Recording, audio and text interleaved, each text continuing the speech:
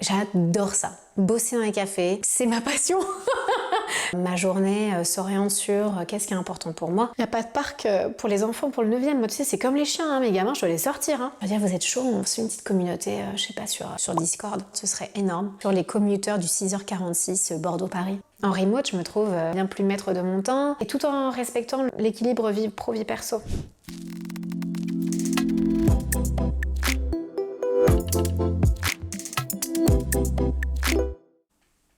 Salut à tous et à toutes, je suis Charline Grenet, j'ai 33 ans, je travaille chez Microsoft, je suis Customer Success Manager et je suis en remote à Bordeaux alors que Microsoft c'est à Paris. Je travaille en remote depuis l'été, donc ça fait maintenant plus de 4 mois et ça se passe formidablement bien, mais pour cela il faut avoir un peu d'hygiène personnelle, dirons-nous, une façon de préserver son temps de travail, son temps de transport. Pourquoi tu as choisi ce job? Pourquoi j'ai choisi ce job? Microsoft a été une forme d'évidence d'une, parce que j'aime Microsoft, j'aime ce qu'ils font, j'aime l'aventure Microsoft, mais aussi parce que c'est des entreprises modernes qui permettent le remote, qui permettent la flexibilité, qui permettent justement de dire je peux travailler, être efficace, être productif, peu importe où je sois. Et c'est ça qui m'était le plus important, finalement, en travaillant chez Microsoft, c'est oui, je peux travailler d'où je veux, très bien, je peux aller au travail quand je veux pour voir mes collègues, et je peux travailler de manière aussi asynchrone. Et le fait de travailler de manière asynchrone, ça aide énormément. Est-ce que tu as eu des peurs ou des appréhensions de passer en remote? Mes appréhensions au début, elles étaient particulièrement orientées sur ce qu'on appelle le FOMO, Fear of Missing Out, donc la peur de rater quelque chose. De rater tout le nectar de l'informel finalement. Ça ressemble à toutes ces informations que l'on se partage à la sortie d'une réunion entre la porte, le couloir et le prochain meeting. La Fear of Missing Out aussi, la peur de rater ces verres informels, de rater des opportunités, de rencontrer des gens qu'on n'a pas vus depuis longtemps. Toute cette notion de ce qu'on peut appeler de sérendipité, des heureux hasards, quand on n'est pas sur site, c'est sûr qu'on réduit les chances de sérendipité. Mais aujourd'hui, pas plus tard que ce matin, j'ai appris un nouveau terme qui m'a beaucoup fait rire. On a le FOMO, mais on a aussi le Joyo. Et le Joyo, c'est Joy of Missing Out, donc la joie de rater les choses. C'est très intéressant ce point de vue, c'est de dire je ne pourrais pas être partout. Je ne peux pas être partout, ce n'est ni dans mes capacités physiques et intellectuelles d'ailleurs. En revanche, j'en retire l'injonction de me concentrer sur ce qui est important. Donc important pour moi, pour ma journée, pour mes objectifs de la journée, de la semaine, du mois, de l'année, pour mes collègues. Donc il y a une joie aussi dans le fait de se dire je ne peux pas être partout, c'est normal, on est des humains. Donc je trouve que ça se complète très très bien, surtout dans une société aujourd'hui qui est info-obèse, c'est-à-dire qu'on est continuellement abondé d'informations, 50 notifications sur votre téléphone. Finalement, on se concentre sur quoi aujourd'hui? Est-ce qu'on se concentre sur ce qui nous fait grandir ou est-ce qu'on se concentre sur du bruit? Et donc Joyo, peut-être quelque chose que je vais garder. Il y a un autre point qui est intéressant, que j'ai remarqué depuis que je suis en remote, c'est le temps du commute, donc le temps du transport. Et moi, je l'aime beaucoup, ce temps du transport. J'ai 2 heures pour faire Bordeaux-Paris. Je prends le train à 6h46, donc je me lève à 5h20. Je fais ça le mardi et je fais ça le jeudi. Personnellement, j'adore ça parce que ces 2 heures dans le TGV, le matin, il y a le Wi-Fi, contrairement à ce que disent certaines personnes. Il fonctionne à chaque fois le matin. Moi, je travaille. Pendant 2 heures, je travaille sur des choses que je n'ai pas eu le temps de faire la veille, sur des choses que j'ai un peu mis de côté, où je fais de la veille. Et j'adore ces 2 heures qui sont sacralisées comme ça, parce que ça me permet, oui, de travailler, de faire de la veille, mais aussi de lire la presse, de faire des choses peut-être que je ne m'accorderais pas autrement. Donc ces heures de commute, ces heures de transport, je les chéris énormément, parce qu'elles me permettent de faire une pause et de s'enlever un peu du flux tendu constant. Comment tu définis tes jours en télétravail?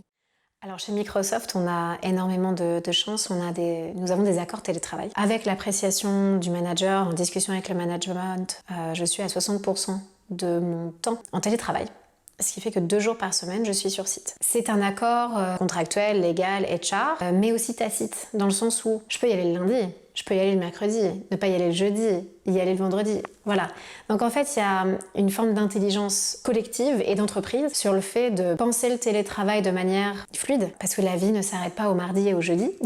Donc j'ai besoin de m'orienter comme ça. La façon dont j'organise mon temps est la suivante. Qu'est-ce qui va apporter de la valeur aujourd'hui si je rencontre mes collègues ou si je rencontre mes clients? Si j'ai une journée pleine de réunions de 30 à 1 heure qui se touchent les unes aux autres, je ne vais pas aller au bureau. Ça n'a aucune forme de sens parce que je serai dans une salle de réunion et clairement, je n'aurais pas vu mes collègues, j'aurais fait j'ai 4 heures de déplacement dans la journée, ça n'a aucune forme d'intérêt. Je préfère, moi j'y vais le mardi, jeudi, parce que je sais que c'est là où mes collègues vont, je sais que j'ai donc plus de chances de les rencontrer. Après, si c'est le lundi, le mercredi, le vendredi, et il y a un truc incroyable qui s'appelle forfait télétravail max actif de la SNCF, et qui pour le coup me permet de voyager de manière quasi illimitée entre le lundi et le jeudi, sur l'axe Bordeaux-Paris. Donc j'en profite à fond, c'est hyper flexible.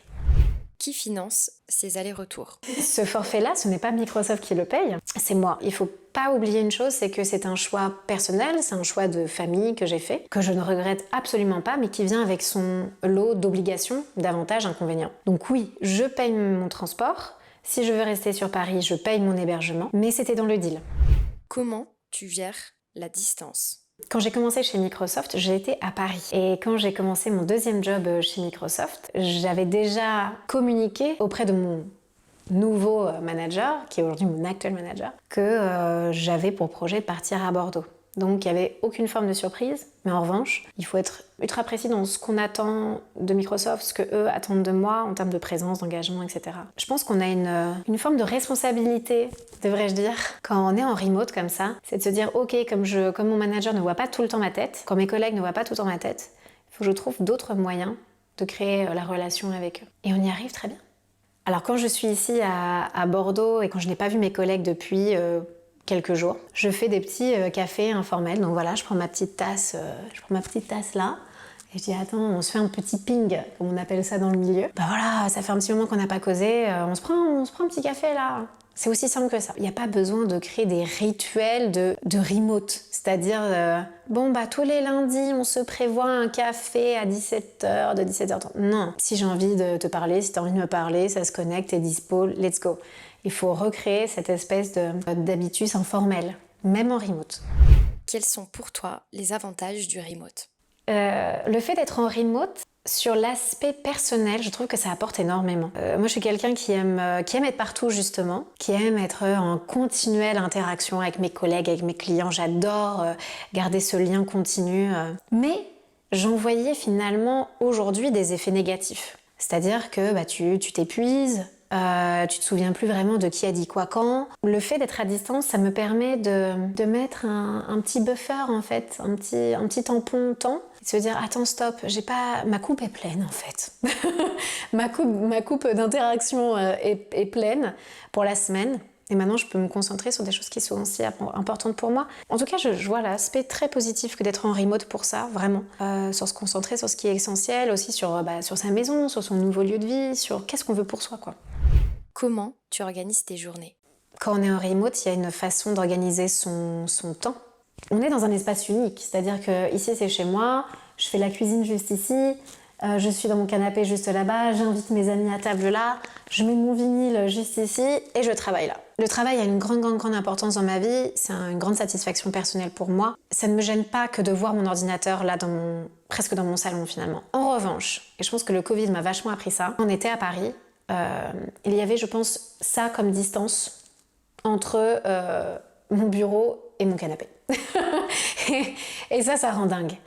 Donc, ce que je fais, j'essaie de m'imposer ça. Le matin, j'ai toujours mon café, mes rituels d'infos. Voilà, je lis beaucoup le matin et j'écoute la radio surtout. Et il y a un moment où je commence ma journée, mais j'installe mon bureau en fait. C'est ça la différence. Et le soir, je clean mon bureau. C'est-à-dire que comme mon bureau est aussi dans l'espace de vie qui est assez grand, mais quand même, je clean mon bureau. C'est-à-dire que je vais ranger ma souris, je vais ranger mon casque, je vais fermer mon PC. Mes notes sont rangées. Visuellement, il faut faire place nette.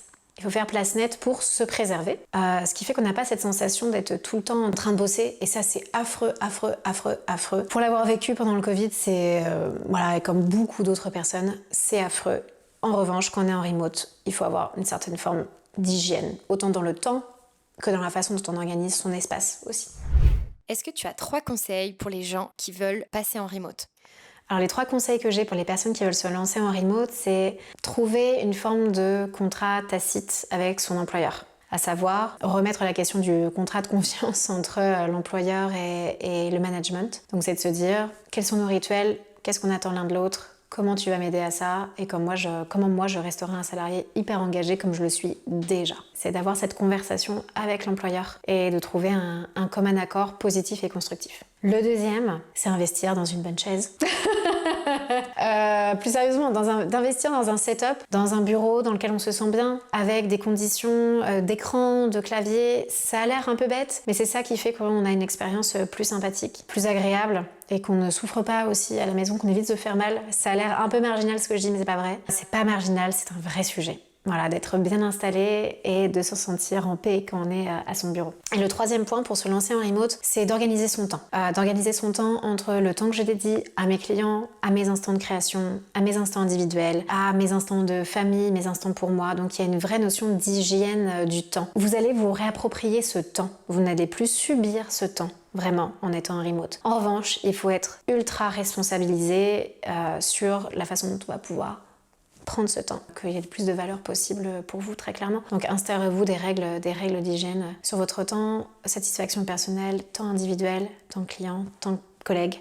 Il faut être méga sharp et avoir une philosophie de vie impeccable. La discipline. Quels sont les lieux où tu aimes travailler? Alors, je fais partie de ces gens qui sont des nomades workers. Non mais ce terme est un petit peu naze, mais j'adore travailler n'importe où. Alors peut-être j'ai un cerveau très bizarre, mais mon cerveau a besoin de travailler dans des endroits différents. Si je travaille tous les jours au même endroit, à la même place, avec le même stylo, je sais pas, ça me coupe créativement. Voilà, c'est quelque chose que vraiment je déteste. Et d'ailleurs, ça me fait penser à un prof qui nous disait ça quand on était en cours. Il nous disait ne vous asseyez jamais à la même place en cours. Parce que votre cerveau va comprendre ce qui lui a été dit, mais aussi dans un contexte donné. Donc d'espace, de où est-ce que j'étais dans la salle, est-ce qu'il faisait froid, est-ce qu'il faisait chaud, comment était la lumière. C'est des attrapes connaissances supplémentaires, tout ce contexte finalement. Et donc, moi j'adore travailler dans des endroits différents. Alors, ici il y a une grande blague dans cette maison. Toute ma famille dit que oui, je suis à mon bureau, mais en fait moi j'ai 3 bureaux différents, 4 même. Je vais travailler sur le comptoir de la cuisine. J'adore ça. C'est pour ça que j'ai fait installer des prises sur le comptoir de la cuisine pour ne pas avoir de problème. Je travaille bien sûr sur mon bureau, sur la table à manger, dans le canapé un tout petit peu si je consulte quelque chose et que j'ai pas besoin d'écrire. Mais et surtout, je vais dans les cafés. D'une, parce que j'adore le café.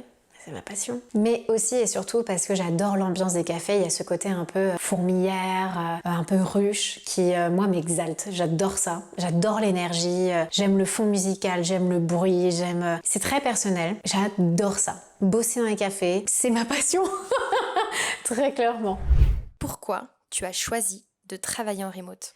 Alors pourquoi je travaille en remote et pourquoi je travaille finalement depuis un autre endroit que Paris? Parce que moi, c'est la question de Paris. Je suis pas parisienne. J'apprécie beaucoup Paris et je suis très reconnaissante de ce que Paris a pu me donner en tant que jeune active. En revanche, mon plan, ce n'était pas de construire ma vie personnelle, familiale à Paris. Et j'ai une histoire comme ça qui m'avait tellement perturbée. Je travaillais dans une grande boîte de l'énergie pendant quelques années et j'ai un collègue qui avait 4 enfants. Il était assez jeune. Et à son 4e enfant, il me dit « Je dois absolument déménager du 9e arrondissement parce que les trottoirs sont trop petits. » C'est quoi ça, les trottoirs sont trop petits? Bah ouais, la poussette. La poussette, en fait, on doit déménager parce que tu vois, c'est chiant la poussette, les trottoirs sont trop petits. Ça m'avait... Cette histoire, cette anecdote qui est minime, m'a tellement marqué de dire, t'es là à galérer avec ta poussette qui glisse sur le côté de la route, entre le trottoir et la route, là. Et ça m'a marqué. Et je me suis dit, non, je veux pas que mes enfants respirent... Je n'ai pas d'enfants. Mais je veux pas que mes enfants, si j'en ai, respirent les pots d'échappement. Et il n'y a pas de parc aussi, Charline, tu te rends compte? Il n'y a pas de parc pour les enfants, pour le 9e. Moi, tu sais, c'est comme les chiens, hein, mes gamins, je dois les sortir. Hein. Paris rend dingue, Paris rend fou. Et moi, j'adore ça. Je savais que j'allais aller au bout de mes limites et au bout de mes forces. Donc, Bordeaux, familial, voilà, compagnon à sa famille ici. Et j'adore Bordeaux, j'adore cette ville qui a 2 heures de train de Paris. Pourquoi j'ai choisi d'être en remote? C'est pour avoir une maison. Là, je suis dans une maison. Je suis passée de 50 mètres carrés à 150 mètres carrés. Avec un jardin, avec toutes les perspectives que ça peut offrir. Et Bordeaux, c'est un mini Paris. Il y a tous les magasins que j'aime bien. qui arrivent. Et plus sérieusement, c'est une ville que j'aime énormément, qui me permet de vivre ce que je veux pour moi de manière personnelle, tout en ayant ma vie professionnelle. Alors, je ne suis pas en remote pour voyager. C'était vraiment dans la complétion d'un choix personnel que de s'installer en province, entre guillemets, de s'installer dans une grande ville de France et de vivre autrement, de vivre avec un rythme plus agréable, d'avoir le temps de faire mes hobbies aussi. Moi, j'adore faire du roller, je suis assez sportive, il y a plein de choses que j'ai envie de découvrir. Et en fait, être en remote, pour moi, c'est synonyme de reprendre un peu la main sur sa vie. Parce que Paris, c'est un tunnel métro boulot dodo, mais clairement, c'est un vieil adage et c'est encore vrai aujourd'hui. Et pour moi, Bordeaux, ou en tout cas le fait d'être en remote, c'est pour moi vivre sa vie à fond, quoi. Tu préfères une augmentation de 10K par an, mais tu retournes au bureau, ou tu continues à travailler en remote pour ton salaire? C'était une excellente question. Est-ce que j'adore l'argent? Non, je déconne. Non, pour répondre, entre une augmentation de 10K et rester en remote, je préfère rester en remote. Parce que les 10K ne vont pas m'acheter la paix que je ressens quand je suis chez moi, dans cette grande maison que j'ai faite, que j'ai rénovée de mes mains avec ma famille. Et ces 10K additionnels ne vont pas non plus acheter le temps de vie que j'ai ici en fin de journée, d'aller faire des choses qui me semblaient impossibles à faire à Paris, parce que trop loin, parce que trop compliqué, parce que le métro, parce qu'en vélo, parce que oh là là, mon Dieu. Donc je gagne cette sérénité, cette paix, mais avec le remote aussi. Et là, les 10K annuels, ils peuvent pas aller contre ça. C'est la satisfaction d'être dans une ville et dans un rythme qui nous ressemble. Donc les 10K, non, j'en veux pas. Comment ont réagi tes proches quand tu es passée en télétravail? Alors quand j'ai dit à mes parents, à ma famille, même à ma belle famille qu'on allait travailler en remote, ma mère est une ancienne DRH. Donc c'est assez amusant pour elle que de voir tous ces nouveaux modes de travail. Elle a toujours été un petit peu habituée avec moi parce qu'elle m'a toujours vu bosser dans des cafés. Si jamais elle m'envoyait un message dans la journée en me disant « T'es au bureau, t'es dans un café, t'es où, t'es dans le train ?» Voilà, elle a toujours eu l'habitude de ça. Donc pour ma mère, la notion de remote, elle n'a pas été difficile à comprendre. C'est une ancienne DRH, donc elle comprend bien. Pour ma belle famille, ça a été très stressant parce qu'ils sont à Bordeaux et ils se sont dit « Mais comment ils vont faire avec le travail ?» Surtout que mon compagnon venait de commencer son nouveau travail dans son entreprise. Est-ce que ton manager va l'accepter? Est-ce que, il va te faire conserver ta période d'essai? Est-ce que tu vas pouvoir faire ta période d'essai? Est-ce que tu auras une augmentation ou pas? Parce que s'il te voit pas, voilà. Et donc du coup, plutôt ma belle famille dans le cas présent, plus jeune et moins jeune d'ailleurs, était très inquiet sur si ton manager te voit pas, tu n'existes pas. Alors nous on a de la chance parce qu'on est chez Microsoft, donc du coup c'est assez induit, mais pour d'autres personnes qui sont dans d'autres entreprises, c'est compliqué quoi. La crainte managériale, si ton manager te voit pas, tu n'existes pas, tu n'as pas d'augmentation, tu n'as pas... Ce qui dans mon cas est archi faux. Alors parce que, bon après j'adore mon travail, j'aime vraiment ce que je fais, je suis à fond, un peu trop. Alors on peut être à fond en remote, pas en remote, je pense que ça c'est universel. Donc si je peux rassurer des personnes, être en remote, ça ne vous empêche pas d'en faire des tonnes. Et la réalité, c'est qu'aujourd'hui, non, mon management me soutient. Après, oui, je passe beaucoup de temps à Paris aussi. Donc, c'est vrai qu'il faut manager ce temps-là. Et c'est comme ça que mon manager me voit également, quoi. Est-ce que tu appartiens à des communautés de personnes qui travaillent en remote? Alors, je n'appartiens pas à des communautés de remote, mais j'adorerais. Il y a une communauté que j'adorerais créer, qui est très bizarre, qui est les gens qui prennent le train à 6h46 le matin. Parce que franchement, je pense qu'on a une vie assez unique et ce serait intéressant. Les commuteurs, voilà, mais je suis sûre qu'elle existe cette communauté, c'est obligé. La communauté des commuteurs, c'est un peu dur à dire, mais cette communauté-là, de ces gens qui se lèvent méga tôt le matin, qui n'emmènent pas leurs enfants du coup à l'école à 8h30, qui se lèvent à 5h20, qui préparent leur valise la veille, qui se couchent tôt. Je pense qu'il y a une communauté des gens qui prennent le train pour aller bosser. Et moi, j'aimerais bien la créer. Ah ouais, je vais faire une communauté Bordeaux-Paris, Paris-Bordeaux. Et je suis limite, il y a un moment, je me le dis, quand je suis dans le train à 6h46, parce que du coup, c'est marrant aussi. Le fait d'être en remote, ça t'indique, moi perso, ça m'a indiqué la façon dont je fonctionnais. Autrement dit, j'ai remarqué que j'étais du matin. Alors oui, plus j'avance en âge, et plus je me trouve du matin, et le soir j'arrive pas à bosser. Et du coup j'ai remarqué que le matin j'étais méga en forme. Et le fait de me lever méga tôt, ce n'est pas un problème pour moi. Au contraire, j'aime bien, je suis tranquille dans le train, j'avance à fond, tata. Et du coup, ayant plein d'idées le matin, parce que j'ai remarqué que c'était là où j'avais plein d'idées, je me dis, je vais coller des petits post-it, je pense, sur leur table là de train, là, en SNCF. Enfin, dire, vous êtes chaud, on fait une petite communauté, je sais pas, sur Discord. Ce serait énorme. Sur les commuteurs du 6h46 Bordeaux-Paris. Je pense qu'on a plein de tips à se partager. Des sandwichs les moins chers, ou trouver un café par rush. Est-ce que tu savais qu'il y avait le New York Times au salon Grand Voyageur? Voilà, que des trucs que j'ai envie de savoir. Le fait d'être à Bordeaux, ça me permet aussi de découvrir des clients ou des clients de mes collègues ou des communautés professionnelles ou des événements liés à mon métier dont je n'aurais pas eu connaissance si j'étais restée à Paris. Je connais la vie professionnelle parisienne, mais je découvre la vie professionnelle et les réseaux et les networks professionnels sur mon métier à Bordeaux. Et j'adore, quand je suis à Bordeaux, si j'ai un temps libre sur le déjeuner, d'aller rencontrer des personnes qui font le même métier que moi, mais dans des entreprises bordelaises. Ça, c'est le premier point. Et le deuxième point, nous, chez Microsoft, on a un réseau qui est partout en France. Autrement dit, on a des labs, des laboratoires, partout en France, donc à Toulouse, à Marseille, à Lyon, à Nantes, mais aussi à Bordeaux.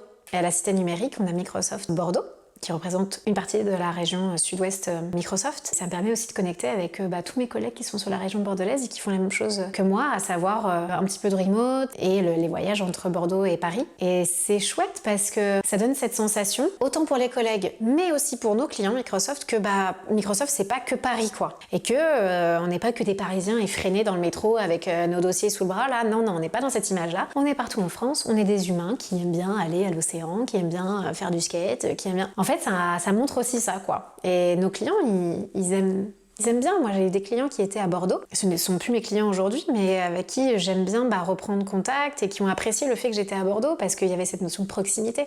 Et ça, on ne peut pas ne pas aimer la proximité, quoi. Télétravail égale vacances. Non?